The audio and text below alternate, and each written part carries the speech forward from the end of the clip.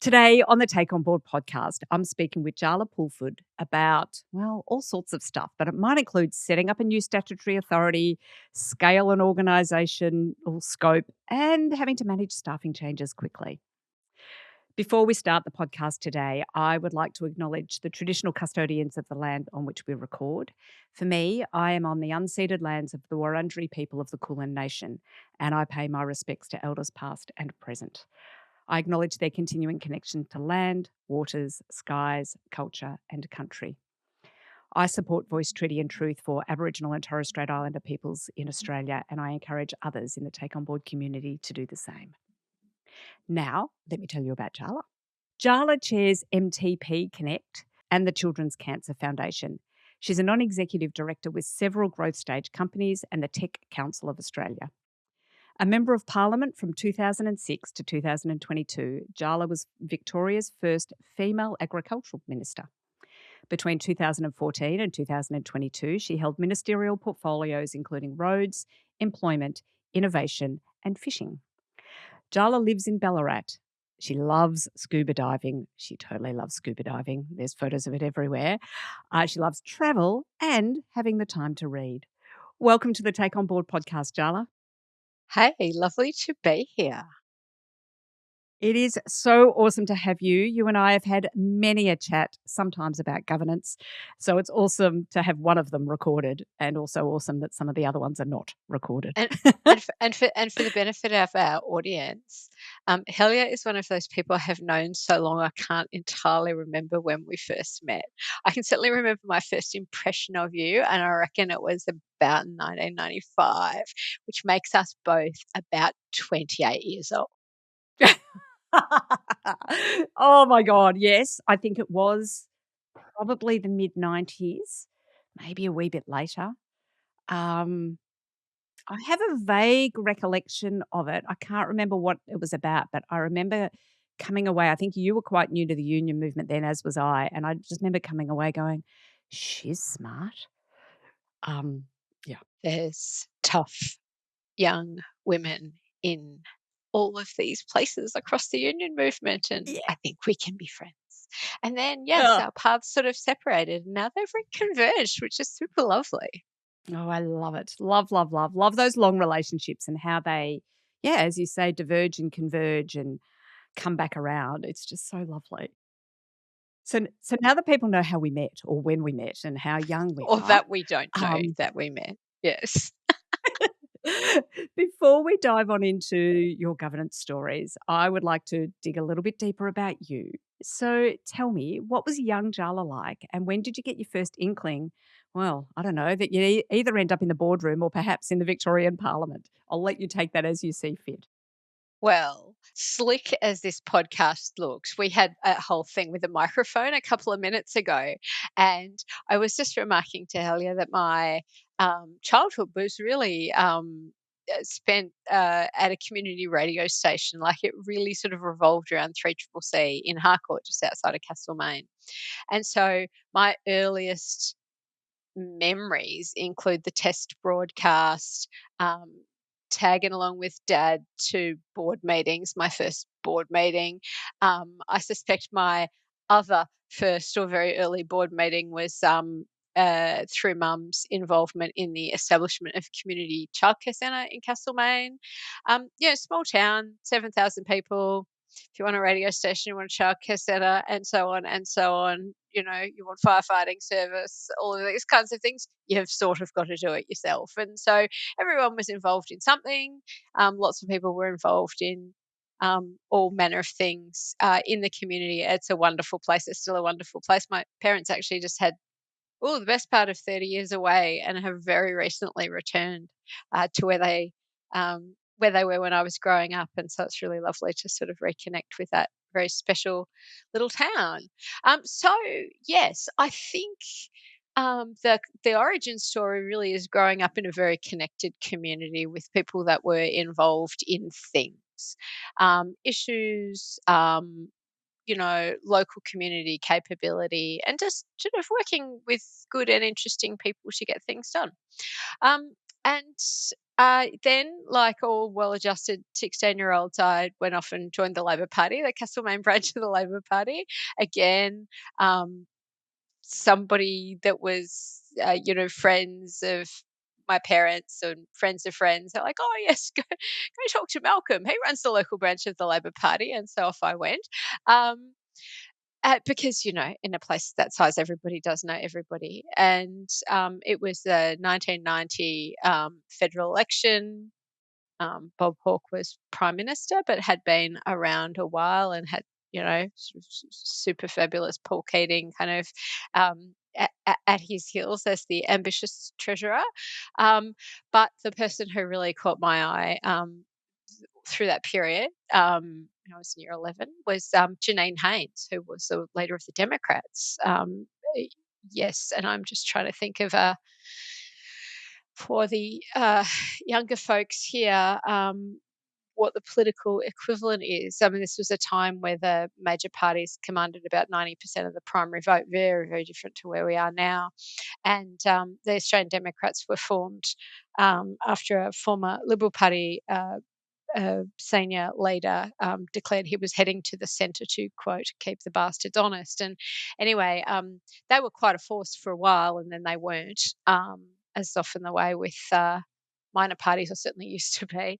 And but Janine Haynes was the first woman to have a leadership role, and she was amazing. She had these, like, big hair and, like, big glasses and, like, a lot of personality, and really just jarringly different to all the blokes that were running things, really, since Federation, and probably since, white settlement before that.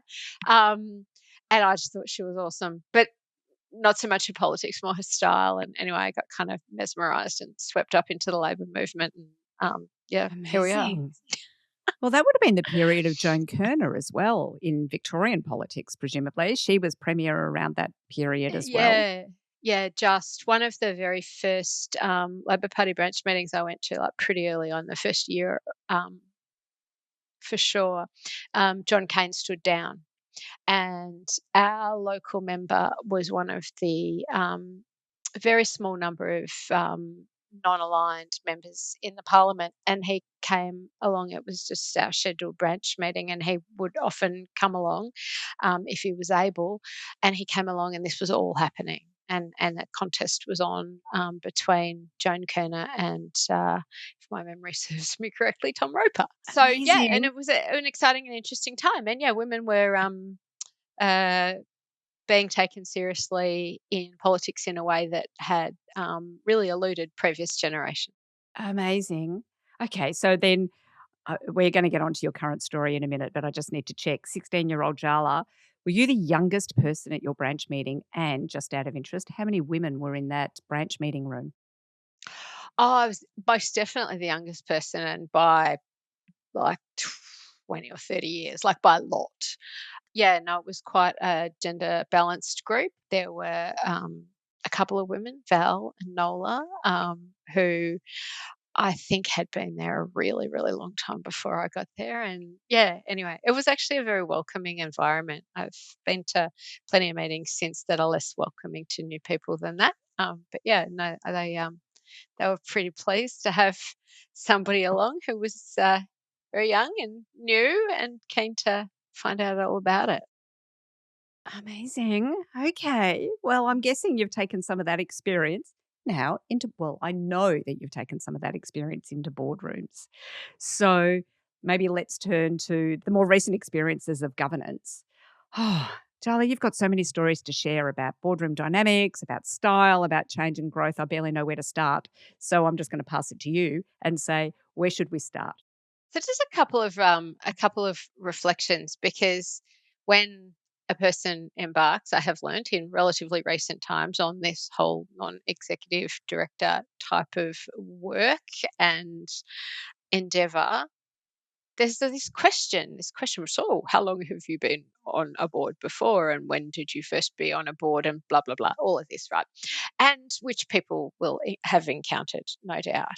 um, and it's kind of weird, because for 16 years as a member of parliament, that's like the whole thing. Like, if you're a member of parliament, you can't really do other things because you're inevitably running into conflicts with the fact that you need to be all things to all people in all kinds of different ways across different communities and different issues. And the job kind Yeah. of precludes that. So people maintain membership of their footy clubs and they'll sort of, sign up to a few local organizations, but your relationship with them, um, it's different, right? And so I hadn't been on any boards as such that whole time, but I had spent huge amount of that time working on governance and government and governance related issues. And as a minister, I'd appointed a lot of people to boards, including a new one that was, a brand spanking new authority, a really, really very significant one in the Transport Accident Commission, sort of in the sort of handful of sort of most large and complex in terms of its responsibility and its budgets and its revenues of all those that Victoria has. Um, and anyway, so I was casting my mind back. It's like, cool, okay, I've spent my life in board Yeah. like committee meetings and parliamentary committees and all this. Da, da, da. Anyway, so I cast my mind back, and there were actually a few in my time in the union movement. For example, Victorian listeners will know the Victorian Trades Hall Council building. I was a trustee for that building. Turns out that's not a renovation bill you really want to kind of be on the receiving end of, that beautiful old heritage building. Um, but I was also on the board of the childcare centre that our kids, Sinead and Hamish, went to. And so yes, there had been a bit, and then there was this whole big block of years where there was sort of similar but different, but mostly you'd be on the receiving end of talking to people about things that their boards had decided or that their boards were doing, or you were oversighting the performance of a board. So it's sort of funny, different angle to look at it all from. And then more recently, very, very soon after I left Parliament, a friend sent me a text and he'd seen an ad and he said, "Oh, you should apply for this." And I thought, no, I'm not going to do that because I'm going scuba diving because I've just been like a politician for 16 years. So thanks. And but I did have a look at the recruiter's website. I thought, oh, that's nice. I really like their, like, all the people they work with and the things that they work on. So I rang just to say hi, and they similarly thought I should apply. So here we are. So that was MTP Connect, and the Children's Cancer Foundation was similar. In that, as soon as I'd like worked with them a little, and given them some advice on a few things as a fellow traveller, as a parent that had had an encounter with children's cancer in the worst possible way. And so I didn't know them well, but I knew them a little bit, and they said, "Hey, now you can come and join our board." And so those first two really very happened very quickly, actually. Yeah, and it's interesting, isn't it? I think when boards, it's often about that alignment of the skills that you've got are the skills what that board needs. And there is that alignment in purpose and passion and as well. Yeah, it's funny, isn't it? You see roles advertised, and we used to advertise them. The government ones we would appoint, not always, because we weren't particularly strictly required to. Like, particularly for some roles, like they're appointed when the minister recommends to the cabinet, and the cabinet the government, the executive government recommends to the governor that the person be appointed. So it's when that language, you're under governor and council appointment, sort of how it happens. But even if you've got somebody in mind, it's nice to kind of see who else is out there. And then there are others where you've got absolutely no idea who you would like to appoint, and just really, throw it open and see what happens. Which is, I think, what happens most of the time with most of them. Um, and so it's good to know, it's good to know who's around and what's possible. But it's not in the sense that you would hire someone for anything else Yeah. looking for the best person. You're actually looking for the best person that fills a particular gap, that balances out the rest of them, Yes.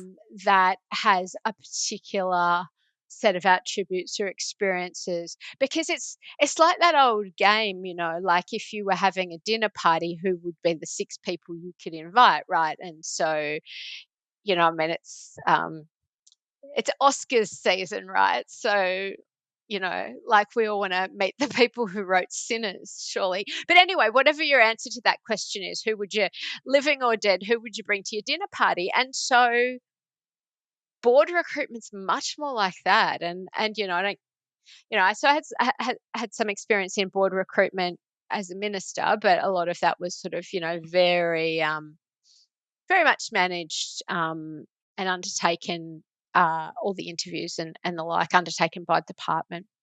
And you'd get involved really quite late in the piece, or very early in the piece, or both, but not so much in the middle bit. And then, subsequently, the boards that I'm on. And so the person that you actually go out looking for something, knowing what you're looking for, rather than casting the net and going for, the best candidate, the most qualified Totally. person, because it's actually, you get a whole bunch of people that are exactly the same. Like, what's the point of that? Yeah, totally. I often say it's a team sport. It's not about the best individual. It's about creating the best team, which means somebody who has, I don't know, greater tech skills might miss out on a board role to somebody whose tech skills, for argument's sake, are perhaps not as strong as person A, but they bring a more well-rounded view, or they bring something else in their kit bag that board might need as well. So yeah, it is different to a job. I find that I always really, really like the board director that I have least in common with, in terms of knowledge and experience. Like, I sort of sidle up to the accountant in the room, and it's just like, oh, this is interesting. Like, they'll come at it from a completely different perspective. Um, yeah, and so, I'm not sort of shy about very, very significant budgets and financial oversight, but, somebody who spent their entire life like looking at financial spreadsheets, they just see problems differently to people who've spent their Yes. entire lives looking at community, um, and Yeah. legislative or regulative requirements. And it's funny, I've like sort of traded observations about this with a few of the directors I've worked for, and they're like, "Oh, that's a very interesting experience that you bring." And it's like, well, you should meet yourself, because That's it's, right. yeah, it is. And it It's the sum of the parts. It's the dinner party thing or the team sport thing, for sure. exactly. And it's often the things that are in your experience. You're like, well, that's not special because, everybody's got Yeah, that surely. But it yeah. is Doesn't special because everybody know other that? people don't have it. Exactly. So then Yeah, it's can I funny, isn't it? can I just check? So your first board possibly was a childcare centre where your kids went to childcare. And then your second board, if I'm hearing rightly, may have been MTP Connect, where you came in as chair. And obviously in between, you're a minister of various portfolios. So just a Yes, little bit of experience there. I think But that's is that quite possibly right. Yes, a long time okay? ago. So tell me, Not the MTP MTP Connect. Connect bit, but the childcare centre bit was a long Yes. time ago. Like, my baby's Well, turning that's right. 24 in a heartbeat. So then you join the board of MTP Connect. You join the board as chair. Well, first up, actually, what is MTP Connect? And Oh, tell yes. us about your first board meeting. Like if you're the chair, you just kind of land in this board meeting. Tell us about how that played out. So MTP is med tech and pharma, kind of industry lingo for, that sort of combination of things that's medical technology devices, biotech, so drug development, and the space between somebody doing something very clever in the laboratory and somebody creating a product or a drug that can actually help a person get better or live longer or better, more comfortable life. So think about the last time you, like, put a pill in your mouth. I sliced my thumb open last night and I had a couple of Panadol. Like, the years of development, to get a drug to market. Now AI is speeding all this up really fast, but the kind of traditional rule of thumb is it takes 20 years to get a drug to market.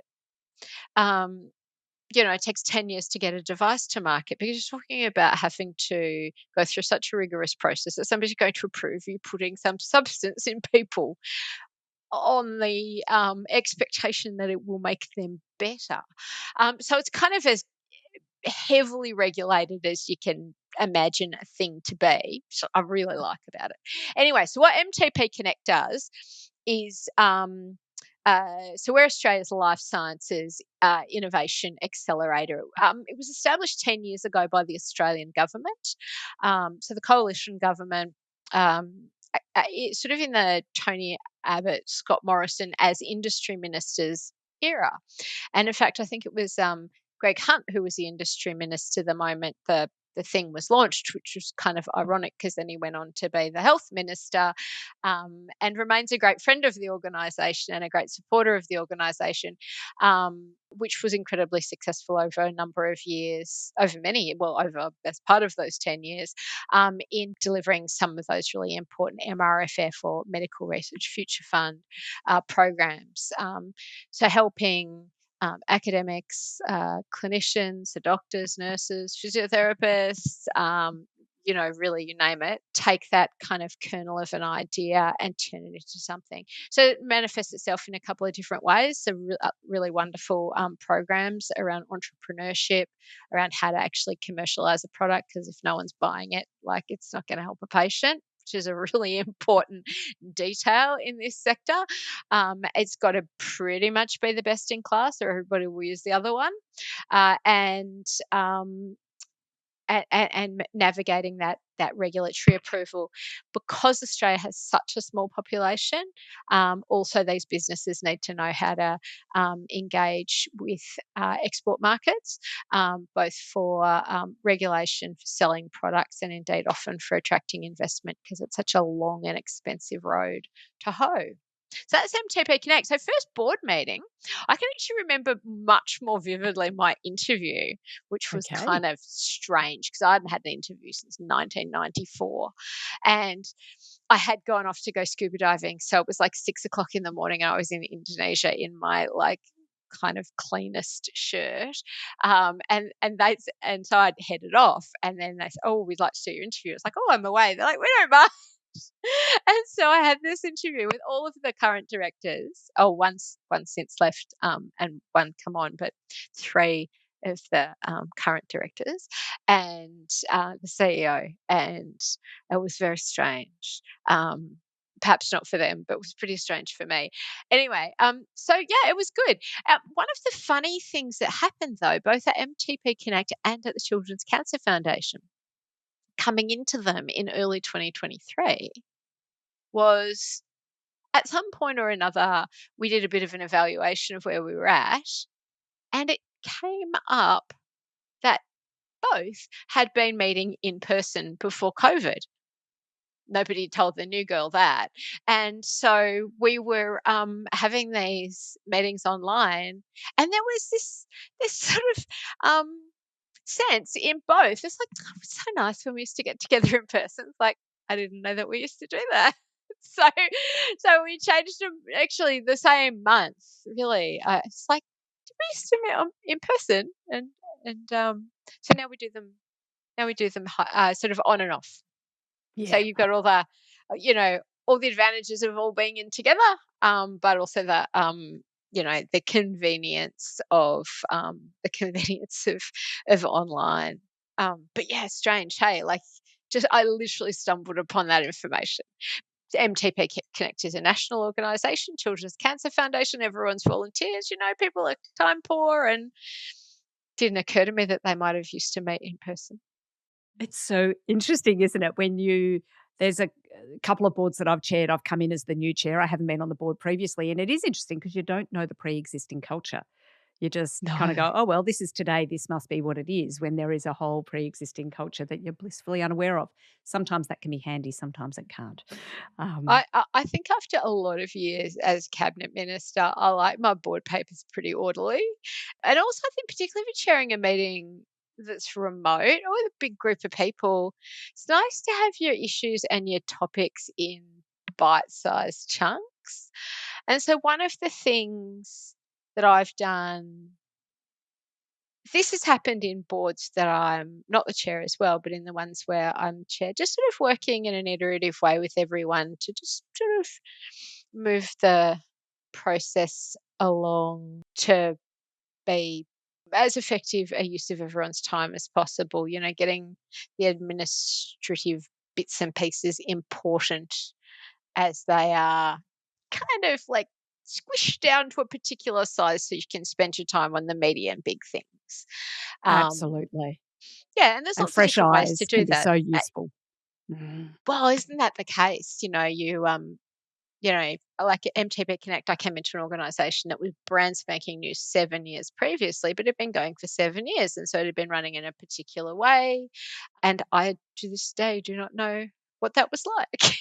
What's great, and it really does feel a bit like a hack, but like you see something really excellent on one board and actually, oh, I think I could do that over there. And so it's really, you get this kind of accumulative, accumulation of knowledge, and you get to kind of see a whole lot of best practice. Like a couple of the other boards I'm on, like they have chairs that have just been doing it for ages and ages and ages, and some in, like, say, a listed environment, and some in a public sector environment. And so, but then also in a small private sector organization, like in a growth stage startup, like the last thing you need is to suffocate everybody with a whole lot of administration. Like you might be running on fumes between capital raises, and you're running on other people's money, and you've got to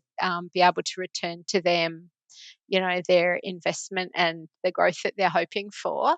And so the last thing you need is to get bogged down in a kind of processes and reporting that's going to take a really lean organization further away from its objectives rather than closer to them. Absolutely. It is. I think I know of one organisation that reported to board how many hours collectively it had taken to get the board packed together, which was a wild revelation for the board about the hours and hours and hours and hours and hours and hours and hours of the executive team. Um, yeah, to do that. So, yeah, it is often surfacing some of that stuff can be really important to do. And why are we doing this? Why actually are we doing this? Oh, yeah. Yeah, there's one example from one of my boards where we used to have this chunk of information in our board packs. And it's like this kind of like moderately interesting, but really like so far from what we need to be looking at. And it was a reporting, it was a reporting on social media activity.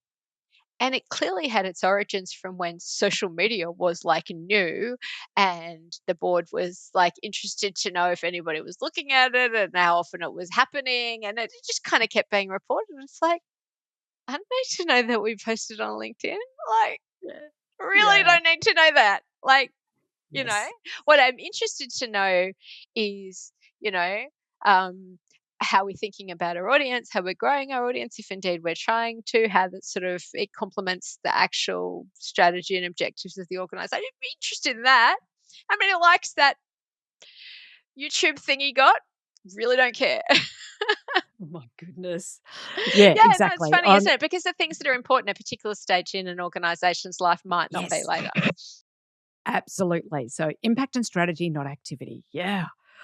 Oh, Jala, Yes. like, Well, you just made that sound so much more succinct. yeah, that's well, That's it like put it on a t-shirt. yeah, but then you don't get the context for it and the story, which is the important part of it, which makes it come to life, which is what the podcast is about, is those stories that make it come to life. So tell me, setting up a new statutory authority, scale, organisation scope, again, the story. Tell us Yep. the story there. Okay, so the story of the new statutory authority was the Victorian Fisheries Authority. So I had the enormous joy of, for nearly 6 years, being Victoria's Minister for Fisheries. Fisheries, you might ask, right? That's what I thought too. Most amazing community of about 1 million people that are just completely mad for going fishing. And I would not describe myself as somebody who's mad for going fishing, but I was totally mad for being their fisheries minister. So interesting, fascinating, recreational pursuit, really important, high quality, high value super amazing and interesting industry, export industry. And like if you're a regulation nerd, like you couldn't find a happier place to be. It was all kinds of rules about this and that, and it was just excellent. I loved it. But before the election in 2014, we'd promised to create a statutory authority for fisheries. And I was not really involved with, not really, like at all. I was not involved in that commitment. And so we had to kind of go and unpack it and get the backstory of what that was about and what people wanted from that. And so really kind of complicated legislative process to do, and we needed to appoint a board. And so we made it really clear that anybody who had skin in the game was ineligible to be on the board. So anyone from industry or anyone who participated in recreational fishing was excluded, which kind of was a lot of people, and it was most of the people who cared about fisheries. And so we went out looking for some good governance folks. And the department came back with the recommendations at the end of the process and said, we have somebody who has no previous experience with fisheries, but has twice before been the inaugural chair of a board. And that's a really, really special skill that you want to have here to get all of those procedures in place and make sure it's all humming and like actually just build the thing from scratch. And I think about that a bit now because at MTP Connect, like I follow in the footsteps of the person who did all of that, all those policies and procedures and getting the staffing balance right and getting the budgets right and the relationships with organizations you have to work for. And so that was that was a really interesting lesson, and we were fortunate to have a wonderful chair there at the Victorian Fisheries Authority who picked up the fishing stuff in no time and came as a bit of an expert in how to run a board for a brand new organisation. What else were we going to talk about? We're going to talk about, Managing staffing changes quickly. yeah, managing staffing changes quickly is really interesting, particularly in a smaller size organization. I think if you're in a massive organization, there's always somebody acting something, understudy for this, understudy for that, somebody who can jump in if somebody is on leave. But yes, I have had a bit of experience with unplanned absences and needing to sort of backfill positions temporarily, needing to encourage somebody to step up into a role that they perhaps not ever imagined themselves stepping up into, and really sort of holding the fort a bit in the interim while things are in a state of flux. And I think my advice to anyone in that situation is sort of back yourself and move fast, because the most important thing the organisation's going to need is stability and continuity, and then the rest you can work out later. So, find the best person you can in the circumstances that you can and keep the organisation moving forward. Excellent advice. I've been in a similar circumstance, and yes, excellent advice. You don't want to spend 3 months messing around. You're just kind of, Exactly. having the thing atrophy. Jala, who'd have thought we would have too much to talk about in this time? Fortunately, we can continue the conversation at another time. But for today's conversation, what are the main things you want people to take away from the conversation that we've had today? Well, we didn't get to scaling things, scaling organizations, and in just a sentence or two, really. That's about, I think, focus, having a plan, supporting the team to execute it, and reviewing it along the way, making sure that you're using your scarce resources on the right things. I think that one of the key things that probably emphasises as you're calling time on our lovely chat is that to successfully lead an organisation takes a village, not an individual.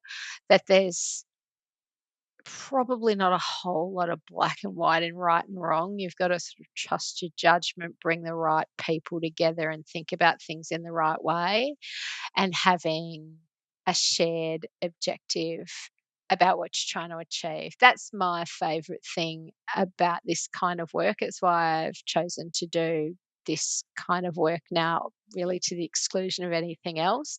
The idea that with a team of people, you can do something significant by putting a plan together and then supporting the people who need to execute it to do so. It's just a real joy. Yeah, totally. Isn't it? Love it. Fellow governance geek. Love it. Is there a resource you would like to share with the Take On Board community? I am currently listening to Abundance, and I not long ago finished listening to The Coming Wave. I think that I like a good trashy bit of crime fiction in paper form by the bedside table, but if I'm out for a drive or a run or whatever, walking to the train station, I do love a good audio book. But however you take your content, I think we're in an exceptionally rapidly changing world. We have all this global instability. You say like this sort of fundamental shocks going on to our um, political systems, to the world order, as people our age have only ever known it. I think finding the time or the interest to think about things from quite some distance is very, very helpful. And so there's a couple, yeah. So I'm only about halfway through Abundance, but it's pretty interesting reflection on how we've collectively managed to get to the sort of political situation that we're in at the moment, where you've got this sort of um, massive emphasis on difference and not a lot of emphasis on what we've all got in common, which is obviously far much more than we have different. But also, the coming wave is, I think, a really interesting look at the use and application of artificial intelligence technologies. And, you know, I think it would be unwise for anyone to think this is a passing fad and to not engage with it. I know there are plenty of people who do, but this is a pretty interesting steam engine kind of moment in human history, and it's probably not a bad place to start that book, I thought. Ooh, okay. And if they're both on audiobooks, I will be looking them up because that is my preferred method of consumption as well these days, unsurprisingly, Nice. being a podcaster. Oh, Jala, thank you. So awesome to be able to have this conversation with you today. I know there's many more stories in there as well, so we might get you back someday. But thank you so much for sharing your wisdom with the Take On Board community today. Lovely to see you and lovely to chat and to join the Take On Board community for this conversation.